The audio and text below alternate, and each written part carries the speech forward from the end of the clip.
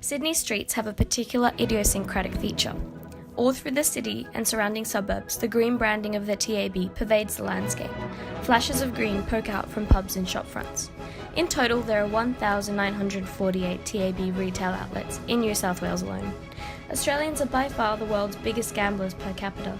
Estimates from 2016 predict that the average adult resident will accrue nearly 1,000 in gambling losses annually, with a total of 18.3 billion in losses overall. But what do these bland green uniform spaces say about our culture, our history, and our relationship to it?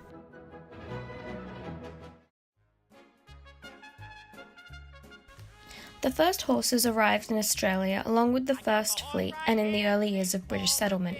Horse racing existed as a leisure activity amongst the wealthy, landowning classes. At that time, thoroughbred horses were a marker of prestige, status, and military strength.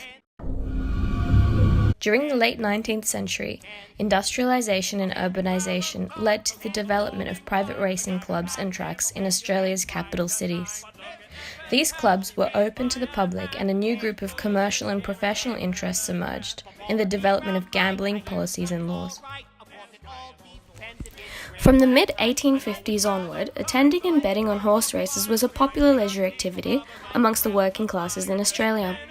From the turn of the century, a large portion of off-track betting was conducted through private licensed venues and administered through the state, but the practice was not formally incorporated until the 1960s, when the T.A.B. or Totalizer Agency Board was established. The T.A.B. is a monopoly totalizer organisation that was run by each state that essentially holds a sweepstakes on each race. The revenue is pooled collectively and odds are fixed and standardised, and thus the state could both regulate and capitalise off the gambling industry. In the 90s, the T.A.B. was privatised and became the T.A.B. Corp Holdings Group. Last year, T.A.B. Corp merged with Tats Holdings, Australia's largest wagering and lotteries company. This essentially means that all wagering and sports betting in Australia is now a private monopoly, owned by a single corporate conglomerate.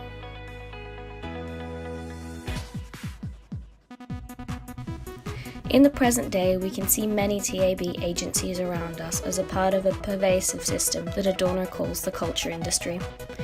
Adorno suggests that all culture under capitalism inevitably becomes commodified and eventually reduced to a prepackaged and standardized product that can be bought and consumed. Under capitalism, horse racing has gone from an elite aristocratic cultural practice to a commodified experience heavily marketed to and normalised within working class Australian society. The experience of gaming at a T.A.B. is functionally identical to that of any fast food restaurant or chain retail outlet. Every square inch of every agency across the state is uniformly and consistently branded, signalling to the customer that they can know what to expect. In the 80s, T.A.B. pushed for more agencies to be opened in supermarkets alongside other retail outlets in order to integrate them into everyday Australian life and encourage more women to come in. These factors cultivate a sense of familiarity and trust. The customer is assured that they are not getting ripped off by a dodgy bookkeeper and that the odds are standardised and fair. Furthermore, they are reassured that they are not doing anything suspicious, wrong, or out of the ordinary.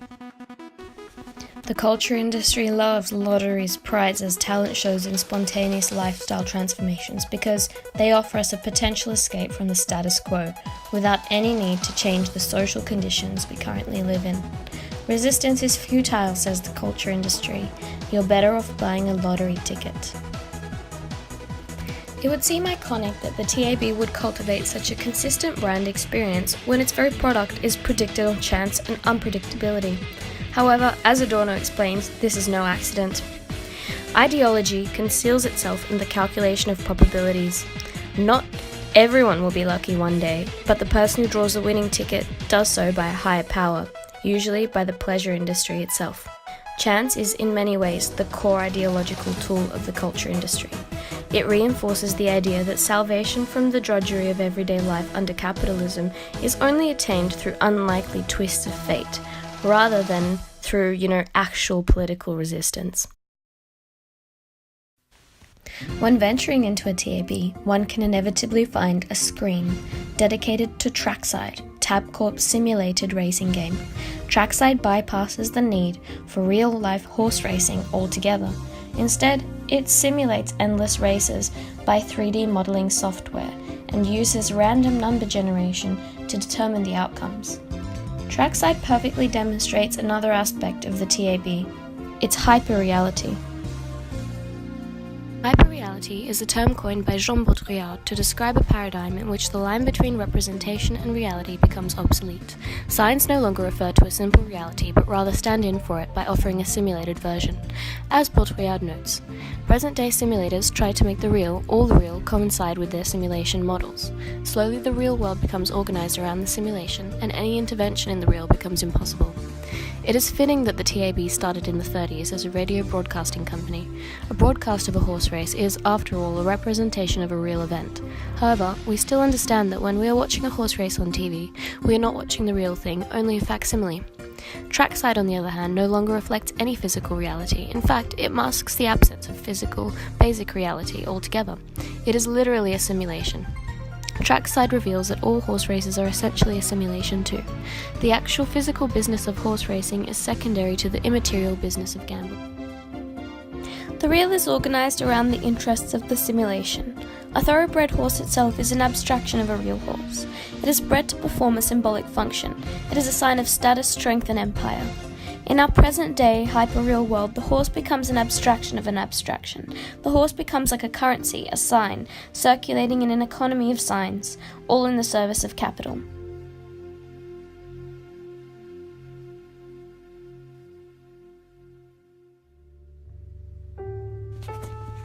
To the extent that the T.A.B. undermines any connection to the real, it also reflects Marc Augé's concept of the non-place.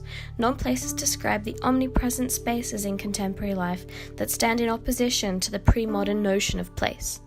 In his words, if place can be defined as relational, historical, and concerned with identity, then a space that cannot be defined as relational, or historical, or concerned with identity will be a non-place. At the T.A.B., the imperialist history of horse racing is scrubbed away. The pageantry and fanfares associated with horse racing are replaced with a functional graphical interface, glass panels, and advertising. As with many gambling establishments, T.A.B. also tends to remove any clocks or reference to time to incentivize customers to stay. In Augé's words, there is no room for history unless it has been transformed into an element of spectacle.